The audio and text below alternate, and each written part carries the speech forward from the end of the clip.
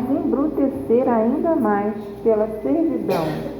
Os homens, durante longo tempo, viram certas raças humanas como animais de trabalho, munidos de braços e de mãos, que eles se julgaram com o direito de vender como bestas de carne.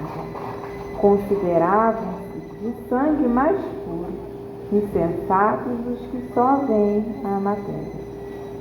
Passar a palavra agora para a Fernanda desenvolver esse assunto. Deus te abençoe, Fernanda.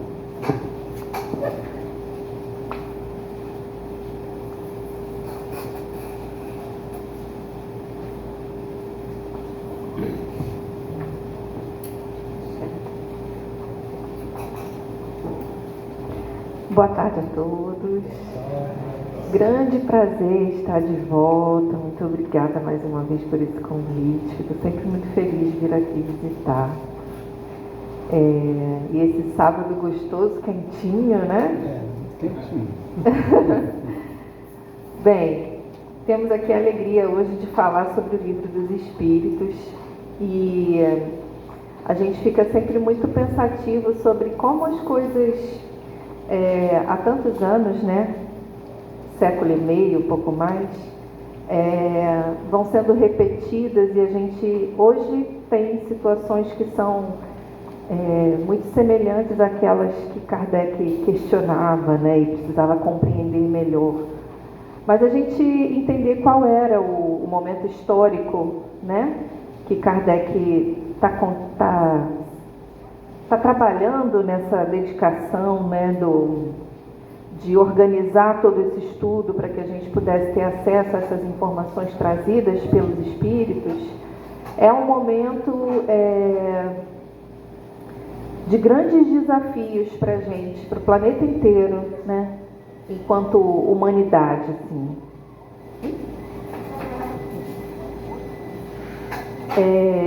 Tá certo que a gente, desde que existe vida na Terra, a gente está lidando com coisas desafiadoras e trabalhosas, e aquele momento era um momento em que a gente estava separando as questões de poder das questões religiosas, né, até um determinado tempo, até um determinado momento.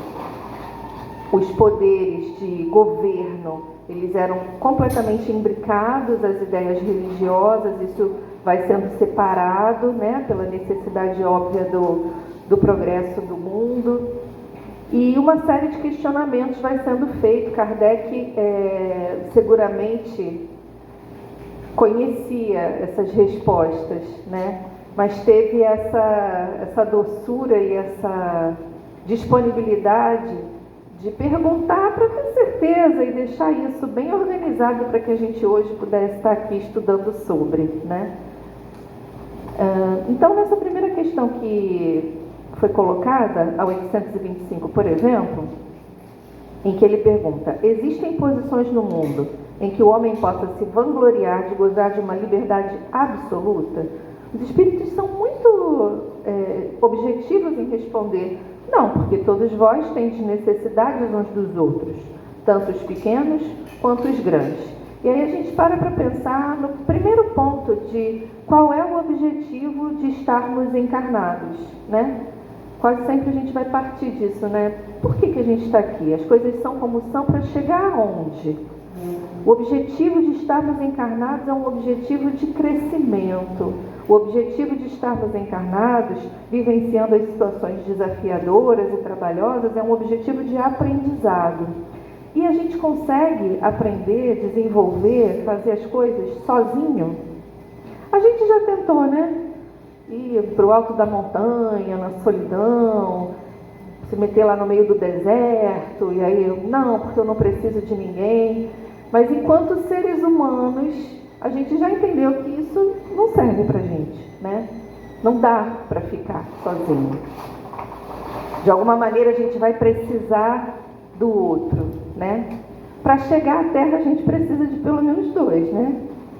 E no nosso dia a dia, nas nossas batalhas diárias, né, no nosso cotidiano, a gente não tem nem ideia de quantas são as pessoas que trazem a gente até o lugar onde a gente está, né? E aí, se eu for falar só das coisas materiais, elas já são incontáveis, né? Porque se eu preciso de um transporte para vir, alguém precisou trabalhar para abastecer o transporte. Se eu fui ao mercado e havia coisas lá disponíveis para serem compradas e eu pude almoçar antes de chegar, alguém trabalhou para que aquelas coisas fossem plantadas, fossem preparadas, estivessem lá, né? Fossem higienizadas, tinha alguém trabalhando para que a venda pudesse acontecer, falando de coisas superficiais, né? E sem contar, né, sem parar para pensarmos no que é tão importante quanto, ou talvez mais, de como a gente precisa do olhar do outro, né? Às vezes numa avaliação, às vezes numa validação, às vezes num incentivo, né? Como a gente precisa da palavra do outro para orientar, para questionar, às vezes para puxar a orelha mesmo. Como a gente precisa do outro para se preencher de sentido.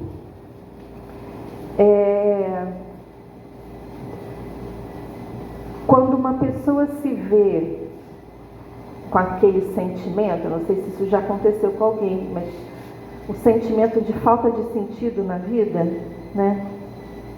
Uma orientação muito frequente dos espíritos para a gente é: procura uma obra social, né? Procura alguém por quem você possa trabalhar. Isso mostrando o quanto que a nossa energia, né, em movimento, a nossa energia posta em serviço para o bem do outro, nos beneficia primeiro, né? E isso é muito, muito importante da gente entender, porque até que fosse por esperteza, fazer o bem vale a pena, né? Até que fosse por esperteza. Quando ele na 826 diz: qual seria a condição na qual o homem poderia gozar de uma liberdade absoluta? Os espíritos já tinham dito que isso não poderia acontecer, mas ele insistiu. A eremita no deserto: desde que haja 2 homens juntos, têm eles direitos a respeitar e, por conseguinte, não gozam mais de liberdade absoluta. Isso dentro das nossas relações familiares, de trabalho, né, dentro da casa espírita, precisa estar presente, né? Essa ideia de que a gente ensina para as crianças, né? Seu direito termina quando começa o do outro. Mas se eu não fizer uma autoanálise, se eu não estiver preocupada em avaliar a mim mesma, muitas vezes eu tenho dificuldade de entender qual é esse limite, né? De onde termina esse limite? E a gente vive num tempo, por exemplo, né, em tempos de redes sociais, onde as pessoas, não sei se burlar é uma palavra adequada aqui, mas procuram esticar esse limite de um jeito, às vezes, um pouco equivocado de onde eu vejo, né? Então, a liberdade de expressão, como a gente vê muito dizer, né? Essa é a minha opinião e eu tenho direito de dar a minha opinião, eu tenho direito de dizer o que eu penso, eu tenho direito de dizer o que eu acho. Ela precisa ter limites mais coerentes com esse objetivo que a gente tem, que é esse objetivo de vivermos em sociedade para que uns aos outros possamos nos ajudar nesse processo de crescimento, evolução e amadurecimento. Então, quando eu me coloco com uma posição, né, uma opinião, e defendo isso de forma que isso agride outra pessoa, né, que isso vai ofender de alguma forma, eu já preciso compreender que vazou, né, o limite dos direitos. Ou quando uma pessoa diz assim: eu falo mesmo na cara porque eu sou muito franca, confundindo às vezes a franqueza com a falta de polidez, de educação, né? Então, esses direitos que a gente vai construindo em torno da gente, Eles precisam estar alicerçados, eles vão ser mais seguros se forem alicerçados nesse processo de autoconhecimento. Porque quando a gente olha para dentro e se conhece com franqueza e com uma pequena dose de coragem, né, para reconhecer quem é si mesmo, a gente tem mais facilidade de identificar quais são as fragilidades que o outro tem também, quais são as necessidades que o outro tem também, quais são as dificuldades, as lacunas, as potências. A partir de olhar para dentro, a gente consegue fazer esse movimento de respeito ao outro, de respeito ao próximo, com mais propriedade. Na questão 827, ele pergunta: a obrigação de respeitar os direitos alheios tira ao homem o direito de pertencer-se a si mesmo? Então, já que eu não tenho liberdade absoluta, então não tenho liberdade nenhuma? E os espíritos não disseram isso, né? De modo algum, pois este é um direito que lhe provém da natureza. Então, como conciliar as opiniões liberais de certos homens com o despotismo que frequentemente eles próprios exercem na intimidade e sobre seus subordinados? Então ele estava perguntando daquelas pessoas assim que dizem: não, liberdade, todos iguais, desde que não sejam os meus funcionários. Né?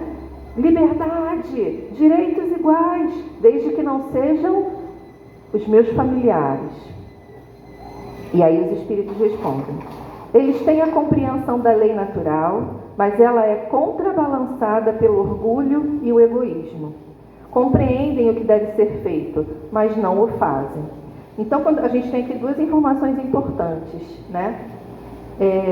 Ter a informação, ter o conhecimento de que existe essa lei de igualdade, né? Que perante Deus nós todos somos exatamente iguais, de todos os continentes do planeta, em todas as situações sociais, em todas as ordens e com todo tipo de habilidades ou potências ou dificuldades e fraquezas, diante de Deus, todos exatamente iguais, igualmente importantes. Mas aquele que vai, de alguma maneira, modificar ou manipular, essa é uma boa palavra para isso, manipular as informações para satisfazer o próprio interesse, né? Manipular as situações para, de alguma maneira, priorizar o interesse pessoal, esse tem então mais responsabilidade, porque conhece, entende, defende uma lei que é correta, né? Que está de acordo com a lei de Deus, está de acordo com o que se espera, mas desde que essa lei, esse pensamento não interfira nos seus interesses particulares, nos seus interesses pessoais. E aí não tem muita utilidade a gente ficar aqui lembrando de pessoas que a gente viu na televisão, de pessoas que a gente conhece no trabalho. A grande utilidade é a gente pensar: será que eu encarno esse papel em algum momento?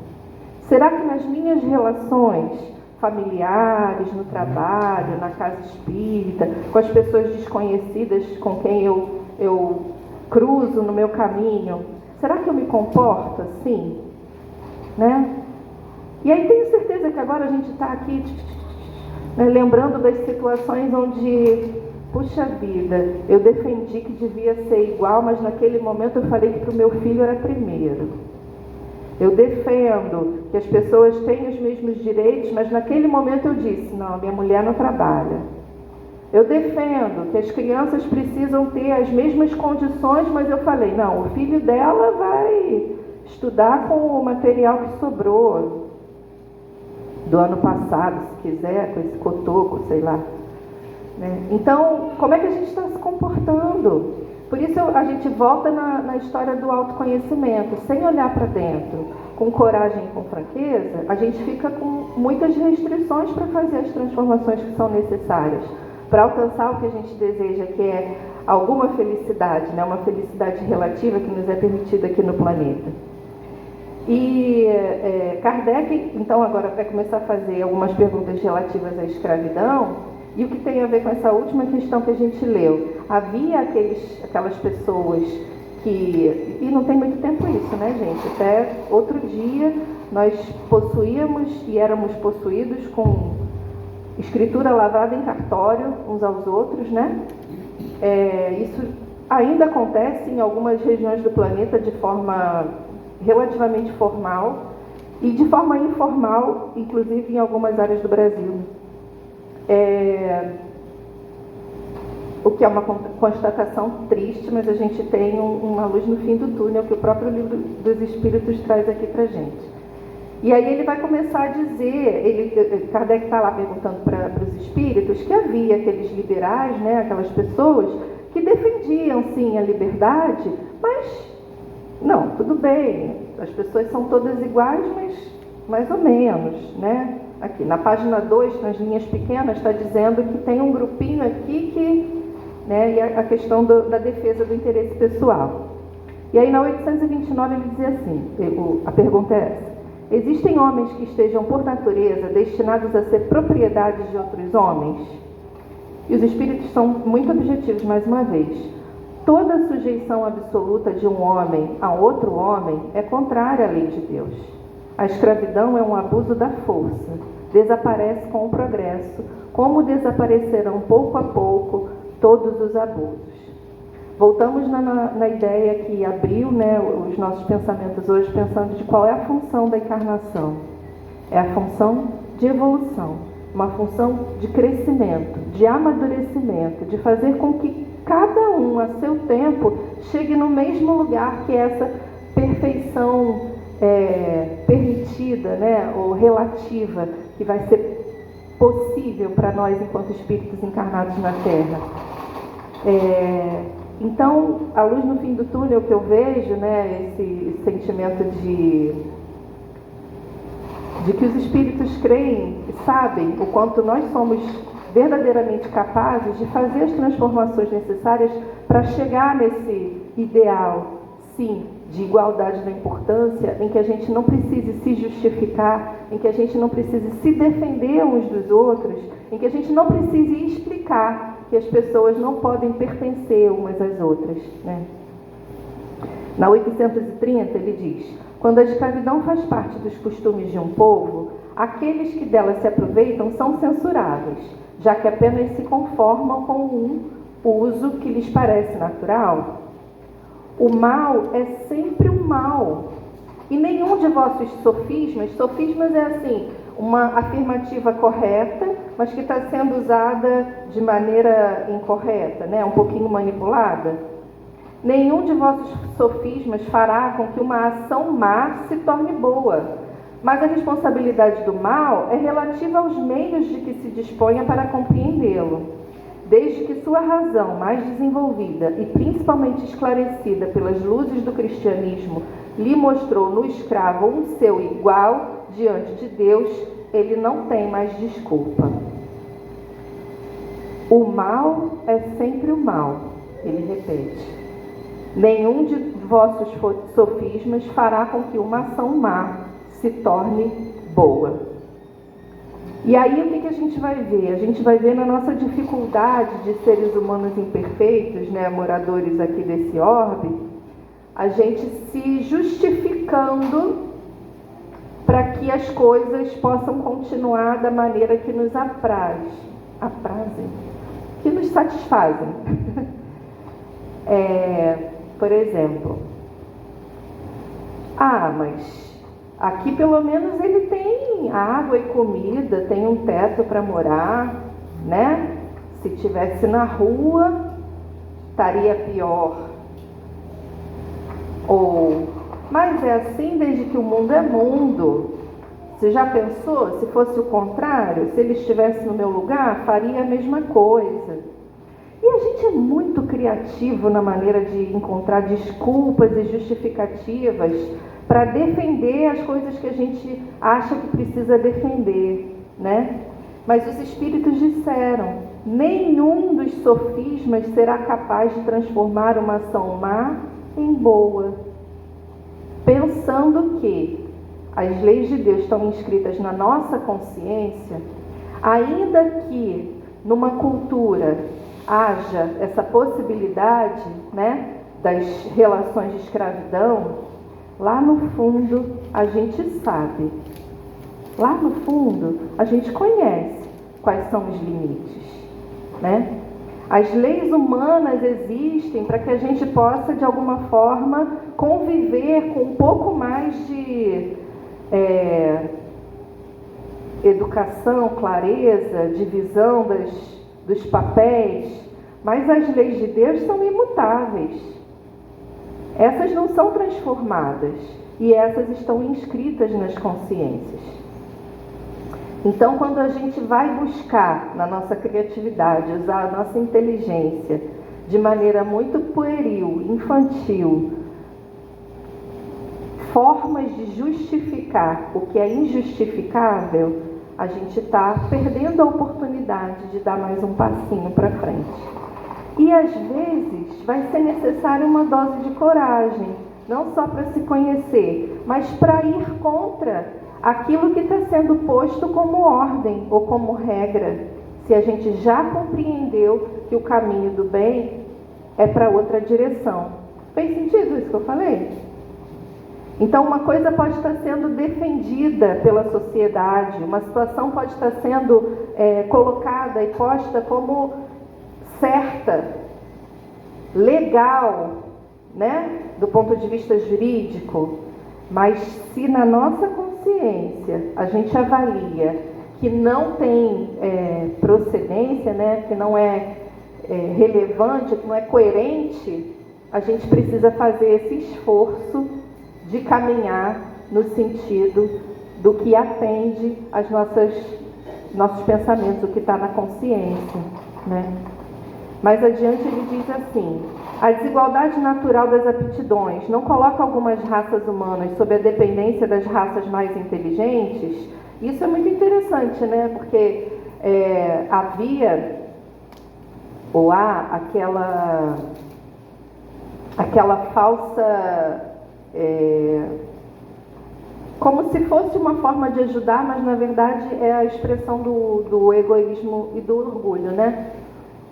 Não, mas essas pessoas não sabem gerenciar suas próprias vidas, né? O que a gente vê na literatura, né? Nos livros de história mostrando pra gente que era defendido, por exemplo, que os indígenas não podiam gerenciar as próprias comunidades, que precisavam ter uma intervenção de fora e que essa intervenção fosse feita até com violência, porque na verdade era para o bem deles, né? Então manipula assim a história para na verdade defender a si mesmo. E aí essa resposta dos espíritos é muito interessante para a gente pensar nessa questão das raças mais inteligentes. Sim, para elevá-las e não para as embrutecer ainda mais pela servidão. Os homens, durante longo tempo, viram certas raças humanas como animais de trabalho, munidos de braços e de mãos, que eles se julgaram com o direito de vender como bestas de carga. Consideravam-se de sangue mais puro, insensatos os que só veem a matéria. Ou seja, toda vez que a gente recebe alguma coisa a mais, a gente falou agora há pouco que nós, diante de Deus, somos todos iguais, né? Nascidos em qualquer cantinho do planeta, de qualquer ordem de evolução espiritual, enfim, todos iguais. Quando um tem alguma coisa a mais do que o outro, isso tem uma função, que essa coisa seja colocada a serviço para facilitar aquele que tem menos. Qualquer coisa. Então eu estou aqui nessa encarnação com uma inteligência, não estou não, tá? Mas poderia estar. Uma inteligência que é maior. Ela precisa ser o quê? Colocada a serviço para multiplicar recursos para aqueles que nesse momento têm a possibilidade mais restrita. Então eu tenho mais recursos financeiros. Precisa de quê? Ser colocado a serviço, fazer a roda girar, mover para multiplicar as formas de fazer com que outras pessoas tenham acesso aos recursos também. Eu tenho mais qualquer coisa, mais paciência. Essa paciência vai ser colocada a serviço, e aí muito testada a paciência é um bom exemplo, né? E aí a gente coloca a serviço para que a gente possa ajudar, entender. Quem é que vai entender um pouco melhor? Quem já desenvolveu um pouco mais de paciência ou aquele que está, né, pavio curto? E a gente vai... Eu gosto muito da imagem das pedrinhas do rio, que são lisinhas porque se atritam, né? E essa é uma ideia interessante da gente pensar, da gente como sociedade, né? Nas nossas casas, nas nossas famílias, nos nossos trabalhos, nos lugares onde a gente se encontra, nos grupos. Porque é isso, um doando daquilo que tem mais para o outro que ainda não desenvolveu, e o outro vai doar aquilo que tem mais para o que ainda não desenvolveu, e assim a gente vai crescendo juntos, né? Então, quando a gente pensa, de novo, né? Qual que é o meu papel nesse momento? E de que maneira eu posso colocar as minhas habilidades, as minhas potências, de forma abnegada, a serviço. O que é ser abnegado? Abnegado é, sabe, fazer um pouquinho mais do que o dever. Tem uma imagem engraçada que é a abnegação. Sabe quando a gente vai tomar o caldo de cana? Você toma um copo de caldo de cana, é o seu dever, né? O moço deu um copinho que era o dever dele, foi o que você comprou. A abnegação é aquele chorinho que ele bota depois. Sabe? Ele te deu um pouquinho mais, ele precisava fazer aquilo, mas ele deu um pouquinho mais, né? Então a gente tem um dever para fazer, e cumprir o dever já é importantíssimo, né? É muito importante, tem seu valor e é para a gente ficar feliz quando consegue. Mas a abnegação é aquele que foi só pelo coração, não foi porque ninguém mandou, não foi porque ninguém estava olhando, não foi porque eu estava esperando um reconhecimento, um aplauso, algum tipo de remuneração extra. Foi só porque, eu fiz porque eu quis, né? Isso a gente pode exercitar também. E aí, para fechar aqui essas questões, ele ainda pergunta: há homens que tratam seus escravos com humanidade, que não deixam que nada lhes falte, e acham que a liberdade os exporia a maiores privações. O que dizeis disso? E os espíritos dizem: digo que esses compreendem melhor os seus interesses. Dispensam igualmente grande cuidado a seus bois e cavalos, a fim de com eles conseguir mais lucros do mercado. Não são tão culpados quanto aqueles que os maltratam, mas nem por isso deixam de dispor deles como de uma mercadoria, privando-os do direito de se pertencerem a si mesmos.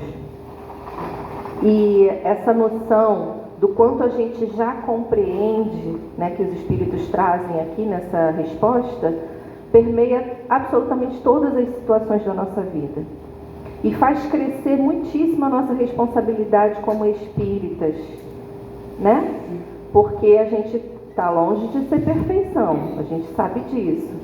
Mas a gente tem uma espécie de manual, a gente tem alguns modelos. O primeiro, o Cristo, obviamente, mas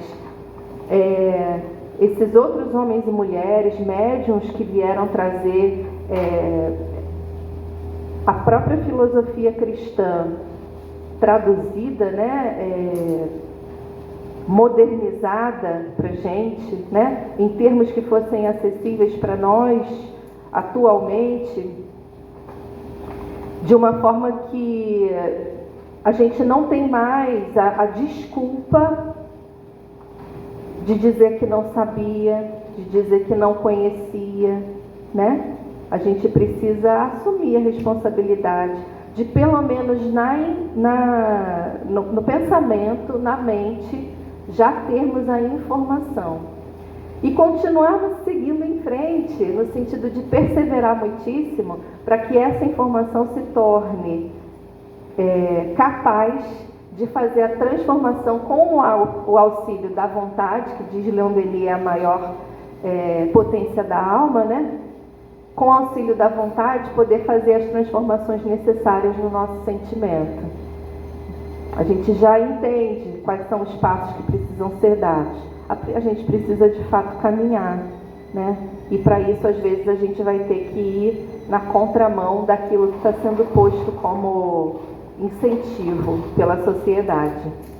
E aí, para ilustrar aqui também o nosso estudo, eu procurei em outras fontes, né, o que a gente tinha sobre liberdade, para a gente refletir, cada um refletir dentro do seu coração, né? Como é que estamos nós com essa ideia de liberdade atualmente? Aí no Dr. Google, por exemplo, diz lá, na filosofia, liberdade é a capacidade de agir segundo a própria vontade, consciência e livre-arbítrio, assumindo responsabilidade por suas escolhas, longe de ser apenas ausência de restrições externas, envolve autonomia, a construção da própria essência e, muitas vezes, limites éticos ou sociais para garantir a convivência.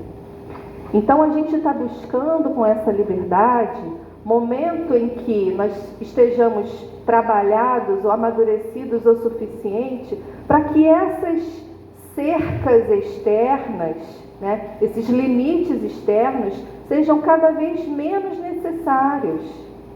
E a gente não vai conseguir isso sem um trabalho interno dedicado. Do que eu estou falando? Eu estou falando da gente reconhecer as dificuldades que a gente ainda tem. E tem uma coisa que é difícil, eu não sei se é difícil para vocês, mas na casa espírita é complicado, que é assim, a gente já sabe, né, que não pode fazer algumas coisas, que tem alguns sentimentos que fazem mal, que tem aquela maneira de proceder ou de trabalhar que, poxa, não é tão legal, mas a gente ainda é assim, né? Aí começa a fazer o trabalho de autoconhecimento, primeiro pode ter uma negação, não, eu não sinto isso, não. De repente a gente percebe que sente sim, sente inveja, sente ciúme, sabe? Fica com raiva à toa, o pavio tem hora que está curto mesmo, e é isso. E aí gosta de uma fofoquinha, né? Não gosta não? Tem gente que gosta. E aí a gente, no lugar de olhar para essas coisas que precisam ser modificadas e realmente fazer um esforço para fazer uma mudança, a gente quer colocar onde? Embaixo do tapete. Fingir que não tem. Fazer de conta para quem está de fora que por dentro, sabe aquele ditado? Por fora bela viola, por dentro pão bolorento? E quando a gente coloca embaixo do tapete, o que a gente consegue, na verdade, gente, é fazer doença. Sabe? Porque é verdade que esses sentimentos e esses pensamentos que têm a vibração mais baixa não fazem bem para a gente, enquanto espírito, e acabam interferindo inclusive na saúde do corpo. Mas se a gente esconder, a gente não acaba com eles. E aí eu gosto muito da imagem do balão de gás. Imagina um balão de gás que eu vou tentar esconder numa piscina. E aí eu puxo o balão de gás lá para o fundo da piscina. Eu vou conseguir ficar com ele lá para sempre? Uma hora ele vai se soltar. E quando aquele balão de gás subir à tona, o que vai acontecer? E explode, né? Água para todo lado. Então, olhar para dentro com coragem e com franqueza é esse exercício de reconhecer em si mesmo as coisas que a gente já não queria ser mais. Poxa, Paulo já dizia, o mal que eu não quero eu ainda faço, o bem que eu quero esse eu ainda não faço, ou é o contrário, mas vocês entenderam, né? Então eu posso reconhecer em mim, eu preciso reconhecer em mim. Puxa vida, isso aqui eu gostaria que já não fosse mais um problema para mim, mas ainda é. Então deixa eu cuidar disso, deixa eu olhar para essa situação, deixa eu olhar para esse sentimento, para esse pensamento que me acompanha, esse desejo estranho que eu precisava já ter me livrado disso, mas isso ainda está aqui dentro de mim, deixa eu entender, deixa eu cuidar, deixa eu curar. Deixa eu fazer essa conversa com essa pessoa que mora, né, ou todas essas pessoas que moram dentro de mim mesma, para entender de que maneira eu posso transformar esse sentimento, esse pensamento, para então me tornar aquilo que eu nasci para ser, né? A gente nasceu para dar certo. A gente nasceu para ser feliz, não foi para ficar sofrendo, não. Os desafios, eles fazem parte, né? O não, a cerca, o nó, eles estão aí para fazer a gente trabalhar, melhorar, aprender. Mas isso só vai ter, ou vai ter mais valor, se eu puder fazer essa autoavaliação e ir fazendo aos pouquinhos esse exercício de transformação. E aí, também falando sobre a liberdade, eu trouxe esse livro aqui, Os Prazeres da Alma.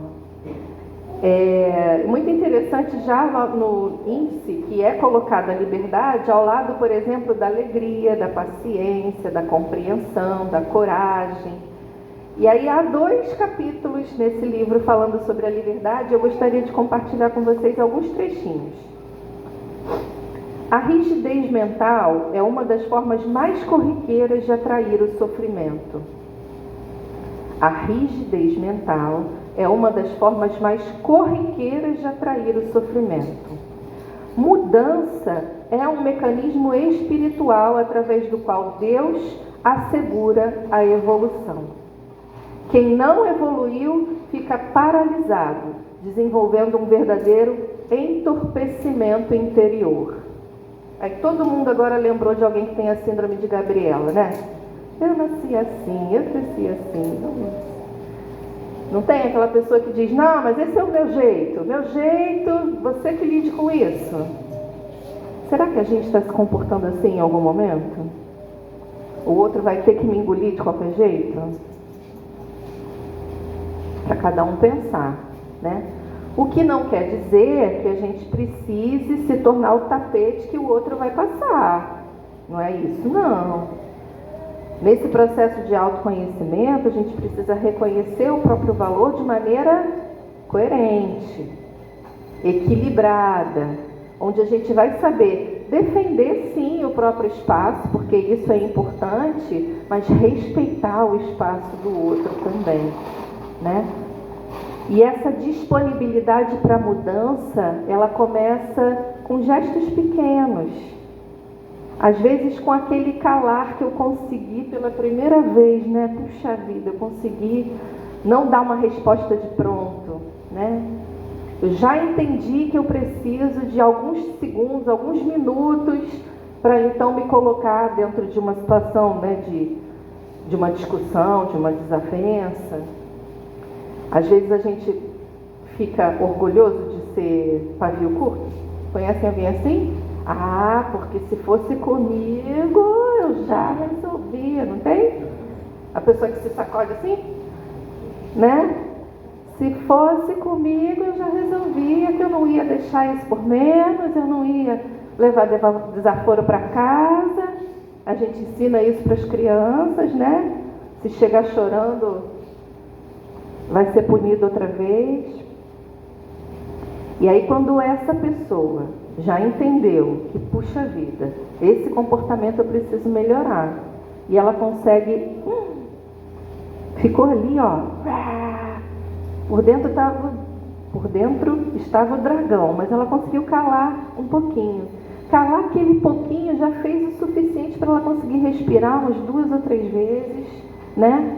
Escolher as melhores palavras, escolher o melhor momento, e o que precisa ser dito tem que ser dito, mas eu posso escolher fazer isso de uma maneira melhor, mais consciente, mais clara, onde eu vá, se estiver com a razão, esclarecer os fatos e não me complicar, né?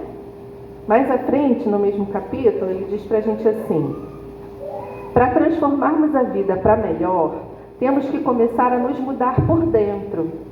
E, para tanto, precisamos inicialmente desfazer os diversos conceitos equivocados que nos foram transmitidos de forma não intencional pelos nossos pais, avós, amigos, professores e até mesmo pela literatura.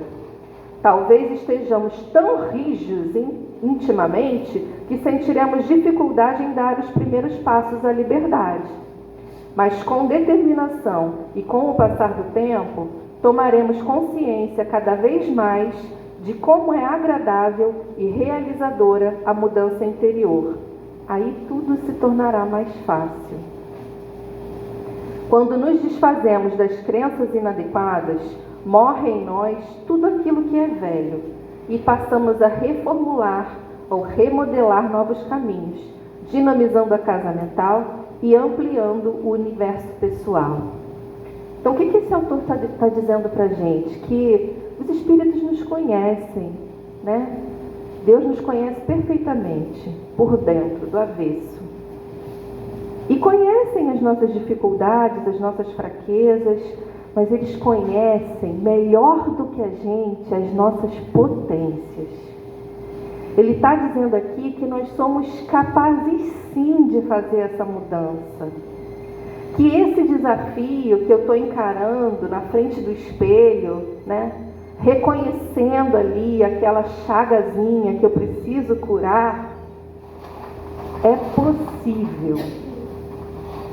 Ele está dizendo para a gente que depende de um exercício de vontade, garantindo que a gente, para fazer essa mudança, não vai estar sozinho. E aí no começo do nosso estudo a gente falou sobre isso, né? Nunca estamos sozinhos e jamais podemos ficar. Mas são os familiares, os amigos, as pessoas com quem a gente trabalha e um exército de espíritos trabalhando para a gente dar certo. Para que a gente possa chegar aqui, para que a gente possa estar com os pensamentos equilibrados para absorver as informações que são trazidas pelo Livro dos Espíritos, trabalhando dedicados para acalmar o nosso coração, para que a gente possa de alguma forma exercitar essa potência da alma, que é a vontade, que vai nos levar no caminho da felicidade. Quer aceitemos ou não, o mundo está progredindo. A natureza está em constante evolução. Por isso, temos necessidade de fazer uma constante autoobservação dos nossos valores, ideias e crenças. Inclusive, Kardec deixou essa dica para a gente, né? Deixou tudo mastigado, o trabalho todo organizado para a gente estudar, mas avisou: se em algum momento a ciência mostrar que essas ideias não correspondem à verdade, que nós mantivéssemos com a ciência, né? Então a evolução, a mudança, a forma diferente de ver, é isso que faz a gente crescer. Enquanto a gente está apegado àquela maneira, não tem que ser do meu jeito, porque tem que ser coisas bobas, sabe, gente? A gente se apega e acaba tornando um transtorno coisas pequenas. Se a gente vai exercitando as coisas pequenas, as maiores vão ficando mais fáceis. Quer ver um exemplo? A pessoa só come chuchu se for com camarão. A pessoa só come abóbora se for com carne seca. A pessoa só come farofa se for em cima do feijão. Sabe? Umas rigidezes assim. Então o travesseiro tem que ser sempre daquele jeito. O caminho tem que ser sempre daquele jeito. Rigidezes. A gente pode ir exercitando em coisas corriqueiras, em coisas pequenas, essa flexibilidade, né? Porque exercitando nas coisas pequenas, a gente vai amaciando, né? Para que quando as exigências maiores chegarem, de mudança, de transformação, a gente já esteja um pouquinho mais preparado. Parece uma bobagem, mas experimenta. Pensa aí, né? Todo mundo deve ter, né? Uma coisinha, uma mania, uma coisa que a gente pode, de repente, abrir mão do controle para tentar fazer diferente. E vai fazendo esse exercício. Existem muitas pessoas que dizem: meus pais sempre pensaram e agiram dessa forma, portanto eu também penso e ajo igualmente. Outros afirmam: minha família sempre abraçou esses conceitos. Ora, por que eu haveria de trocá-los? É óbvio que nós não estamos aqui querendo induzir as criaturas a desprezar as memórias, os ensinos ou as experiências familiares, mas é preciso que entendamos que o mundo progride. Em decorrência disso, muitas coisas se modificam em nossa existência. Queiramos ou não, a mudança gera sempre um desafio existencial.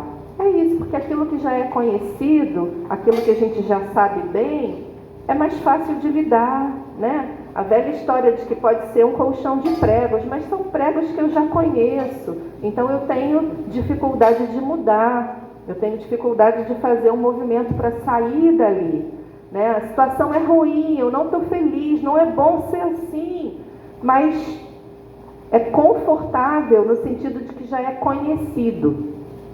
Então, há que se fazer um esforço realmente para fazer essa mudança. Mas o autor nos aponta, vale a pena, porque a mudança vai fazer a gente se sentir melhor, vai fazer a gente se sentir mais livre, a mudança vai fazer a gente estar mais em conexão com essas leis de Deus que estão inscritas na nossa consciência. Mesmo que optemos por ficar estagnados à margem da estrada, isso de nada nos adianta, porque a vida está em constante movimentação, nos impulsionando de maneira natural e invariável. Ainda que não vejamos o avanço e o desenvolvimento fluírem no modo presente, estaremos todos marchando sob o influxo da divina lei do progresso. Porque na lei de Deus não tem como a gente ficar parado. A lei é de progresso. Então, se a gente fizer birra e quiser espernear no lugar, o que vai acontecer é que a vida acaba empurrando, né? Porque não pode ficar parado, a lei é de progresso, a gente precisa caminhar. Se a gente fizer malcriação e quiser ficar parado no lugar, a vida vai dar um jeito de nos cutucar, uma alfinetada para fazer a gente caminhar. São as oportunidades educativas que vão se apresentando, né? Situações às vezes difíceis, desafiadoras, dores, faltas, onde a gente vai precisar, está muito desconfortável, preciso encontrar uma nova saída, preciso encontrar uma estratégia, preciso me movimentar. Lutar contra o curso da evolução é como querer segurar com as mãos as ondas do mar. A paralisação existencial dificulta a liberdade e gera tristeza. A rotina produz angústia e depressão. Por isso, todos somos convidados a nos reformular emocionalmente e a procurar novos conhecimentos filosóficos, religiosos e científicos, para que possamos manter o nosso equilíbrio existencial. Então, assim, já caminhando para o encerramento, né? Já me deram aqui um cartão amarelo. Eu gostaria, né, se eu pudesse fazer um recorte do que eu acredito que é importante a gente fixar, né, desse nosso estudo. O progresso é inevitável, a evolução está. A gente não tem como lutar contra isso. Se nós estivermos caminhando a favor, seremos seguramente mais felizes. Não porque teremos menos ameaças, menos desgostos ou menos desafios. Não. Ameaças, desgostos e desafios são coisas naturais e normais da condição que a gente está. Mas com a segurança de caminhar na direção certa, com a segurança de estarmos em sintonia com essas leis que são imutáveis e estão inscritas na nossa consciência, nós somos seguramente capazes de passar pelos desafios, pelas dores, de maneira mais serena, aproveitando verdadeiramente as oportunidades que são colocadas pela vida para fazermos os aprendizados necessários, né?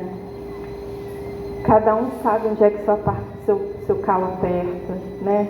Cada um conhece quais são as batalhas, as lutas que precisam ser vencidas. Todo o coração está, com certeza, vivendo algum tipo de desafio, né? Tenho certeza, eu falo isso assim sem nenhuma dúvida. Que nós possamos, então, manter esse desejo, né? Essa vontade firme, essa como é a maior potência da alma no sentido da transformação para o bem. Na realidade, o livre-arbítrio, liberdade de agir e de pensar, nos concede o poder de mudar nossas ideias, nossos modelos, concepções ou pensamentos, e de optar por crenças mais apropriadas ou favoráveis ao desenvolvimento de uma nova concepção do universo interior e exterior. A liberdade, como todas as demais conquistas da alma, só será alcançada verdadeiramente se for compartilhada com todos. Então a gente volta para a primeira frase, praticamente, do nosso estudo, né? Quando ele diz que todos vós tendes necessidades uns dos outros, tanto os pequenos quanto os grandes. E a gente quer amarrar esse sentimento, né? Amarrar esse pensamento, reforçando essa ideia de que a nossa liberdade, isso que a gente quer tanto, né? Que é ser livre, poder fazer, como disse lá a filosofia, poder fazer as nossas escolhas com consciência, com responsabilidade, né? Sem tantas restrições externas. A gente quer isso, mas isso só faz sentido, isso só vai estar no curso da lei, né? No sentido da evolução, se isso for verdade, igualmente para todos. Na segunda parte, quando ele fala da escravidão, um trechinho que está aqui, é só um resumo, né? Que está aqui no Livro dos Espíritos também, mas aqui tem um resuminho. A escravidão é um abuso da força que desaparece com o progresso, como gradativamente desaparecerão todos os abusos. Essa aqui é uma luz no fim do túnel para a gente, né? De que todos os abusos ficarão na memória, todos os abusos ficarão na história das nossas vidas. Mas a gente precisa fazer esse esforço de se observar onde a gente está invadindo, desrespeitando, né? Onde a gente está se colocando de maneira, às vezes até de escravizar uma ideia, um sentimento, uma pessoa, né? Sem deixar de reconhecer todas as dores, todas as falhas e todas as faltas, vamos olhar para o nosso futuro com a motivação pelo autoconhecimento, entusiasmo pelo aprendizado e coragem para a transformação. Então eu não estou dizendo que a gente vai passar a mão na cabeça uns dos outros, né? A gente vai reconhecer que tem faltas, que tem falhas, que tem lacunas, mas a gente pode e deve olhar para o futuro com entusiasmo, coragem e vontade de fazer essas mudanças. E aí, para encerrar, eu não vou cantar, porque senão vocês não me convidam para voltar. Mas tem uma canção do Renato Russo, todo mundo conhece aqui, que ele começa as primeiras estrofes falando toda sorte de impropérios, né? E todo tipo de dificuldade e coisa ruim e complicada que o ser humano pode representar ou fazer. Mas lá no final ele diz assim: vem, meu coração está com pressa. Quando a esperança está dispersa, só a verdade me liberta. Chega de maldade e ilusão. Vem, o amor tem sempre a porta aberta. E vem chegando a primavera. Nosso futuro recomeça. Vem, que o que vem é perfeição. Obrigada, queridos.